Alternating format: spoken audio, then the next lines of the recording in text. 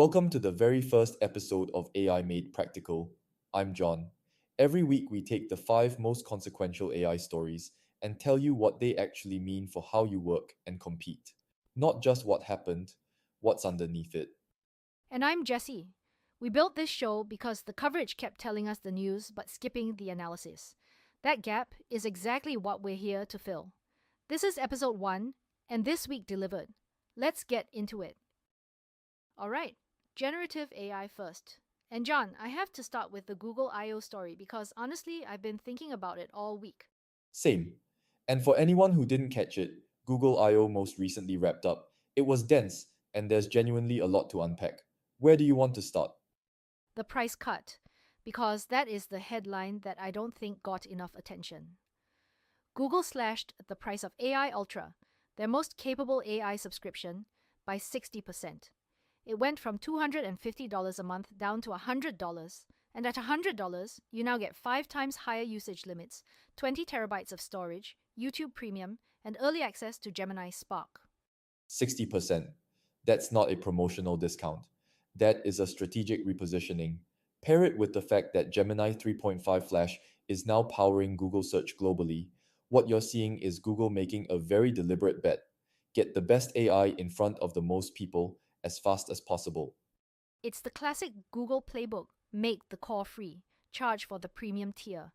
But what struck me is what comes with the premium tier now. Because buried in the I.O. announcements were these creative platform integrations that I think are going to change how a lot of people work. Talk me through those.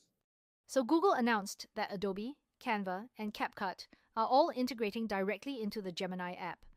Adobe's Firefly AI assistant gives you access to Photoshop, Premiere, and Illustrator from within Gemini. Canva's Magic Layers lets you generate an image in Gemini and then edit individual layers in Canva without leaving your flow. And CapCut brings a video editing into the same pipeline. So the vision is you never leave Gemini. You generate, you edit, you create, all from one interface that routes to the right specialized tool in the background. Exactly. And from a workflow standpoint, that is huge. Right now, creative work involves bouncing between 5 different tabs. If Gemini can become the hub that connects all of those tools, that's not a feature, that's a platform shift. The enterprise implication is interesting too. Marketing teams, content teams, design agencies. If this works as advertised, the throughput of a small team goes up dramatically. You don't need to hire another editor. You need someone who can direct the AI. Which is a very different job description than we had 2 years ago. Okay, story 2. And this one is a big swing. OpenAI filed a confidential draft registration statement with the SEC this week. They are officially going public. The IPO filing. And let's just sit with the number for a second. OpenAI's current private valuation is $852 billion. If the IPO prices at or above that, it would be one of the largest public offerings in US history.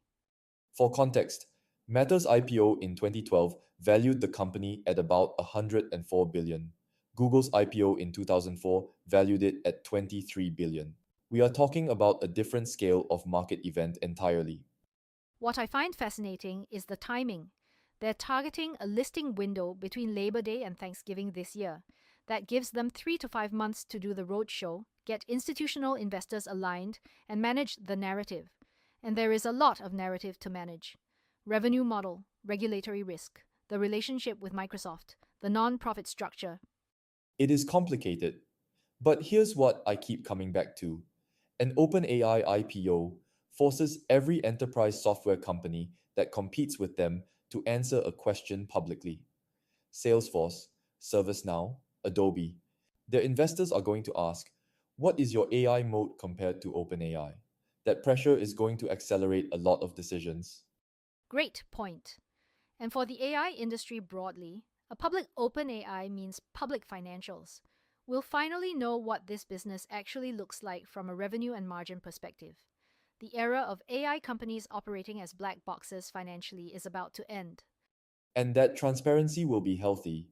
It will separate the companies that have real business models from the ones that are running on hype and venture capital.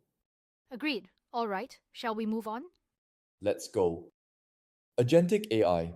And Jesse, I want to lead with the story that I think is the most underrated news of the week: Microsoft's MDASH system. Oh, I was hoping you'd pick that one. Set it up. So, Microsoft announced a new multi model agentic security system called MDASH, and in its initial deployment, it found 16 new, previously unknown vulnerabilities across the Windows networking and authentication stack by itself, without being explicitly told where to look. 16 zero days, found by an AI agent, 0 days. And I want to be precise here. This isn't an AI that was handed a checklist. This is an agent that was given a scope, developed its own hypotheses about where vulnerabilities might exist, ran its own tests, and surfaced findings that a human security team had not caught. That is genuinely remarkable. And a little terrifying. Like, if an AI can find vulnerabilities that fast, what does that mean for the other side of this equation? For the people exploiting vulnerabilities? That's exactly the right question to ask. And it's the reason this story matters beyond the Microsoft press release. We are entering an era where both offense and defense in cybersecurity are AI augmented. The arms race just got exponentially faster. The organizations that don't have AI in their security stack are going to be at a structural disadvantage. And Microsoft topping the leading industry benchmark with this system signals that they're not just embedding AI into Office 365, they're positioning AI as core infrastructure across every product category. Security is one of the highest value, highest consequence domains in enterprise software. Winning there is a big statement. It also changes the conversation about ROI for enterprise AI. Historically, AI in security has been about faster threat detection, seconds saved. This is about finding threats that would never have been found by existing methods. That's a qualitatively different value proposition. I mean, if your AI finds one critical 0 day before a bad actor does, it has paid for itself many times over. Many times over. Okay, story 4. And this one connects to Google I/O but deserves its own conversation. Google's search now has a billion monthly active users in AI mode, and this week they revealed the agentic layer underneath that. Right, and the number itself is staggering. 1 billion people using AI powered search every month. That is not a feature in beta. That is how the world searches for information now. But what's new is the behavior. Google announced that these search agents don't just respond when you ask a question. They can now run in the background, continuously monitoring topics and proactively alerting you when something changes. You tell the agent, watch this stock, watch this regulatory issue, watch this competitor, and it surfaces updates to you without you ever having to search again. Which is a fundamental shift in the human computer relationship. The model we've operated on since 1998 is human asks, computer answers. What Google is describing is human delegates, AI monitors, AI reports. That is a genuinely different dynamic. And think about what that means in a business context. Your competitive intelligence function, your market monitoring, your regulatory tracking. If an AI agent is doing all of that continuously in the background, what are your analysts doing with that freed up time? Ideally, they're doing the higher order synthesis work that actually requires human judgment. That's the optimistic vision. The less optimistic version is companies use this to cut analyst headcount and pocket the savings without reinvesting in the higher order work, which is a real risk and something leadership teams need to be deliberate about. Always the two sides of the coin. What I find genuinely exciting though is the access dimension, because Google AI Mode is free. A small business owner anywhere in the world now has the same quality of market intelligence infrastructure that a Fortune 500 company had to build with a team of people. That democratization story is real, and it's happening fast. Okay, last segment, my favorite one, The data story. the data story. All right, analytical AI. And Jesse, I know you love this topic, so I'm going to hand it to you to set up story 5. Oh, gladly. So this week, Gartner released research showing that organizations with successful AI initiatives invest up to 4 times more in data and analytics foundations than their peers. And separately, A survey found that only 7% of enterprises say their data is fully ready for AI. 7%. 7. Out of 100 companies, 93 of them are building AI strategy on top of data infrastructure that is not ready to support it. And the same research showed that 60% of enterprise AI projects are expected to be abandoned, not because the AI didn't work, but because the data underneath it was too fragmented, too inconsistent, too ungoverned to make the AI trustworthy. That is a stunning number. And you know what's so frustrating about it?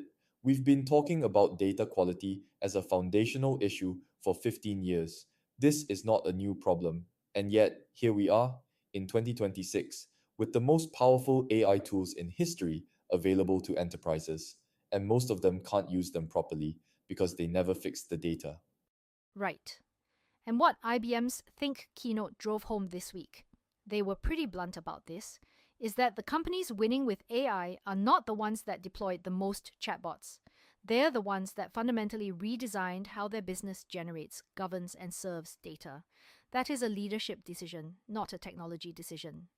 I want to dwell on that for a second, because the temptation for executives right now is to buy the AI platform, stand it up, and declare AI transformation. And Gartner is essentially saying if you haven't invested 4 times more in your data foundation, you are setting up for a very expensive disappointment. The 4 times investment figure is important because it quantifies what good looks like. It's not about spending more on AI models. It's about spending on data pipelines, data governance, semantic layers, metadata management, data quality tooling. The boring stuff, the stuff that doesn't make it into the AI press release. And yet, it's the entire foundation. I always use this analogy.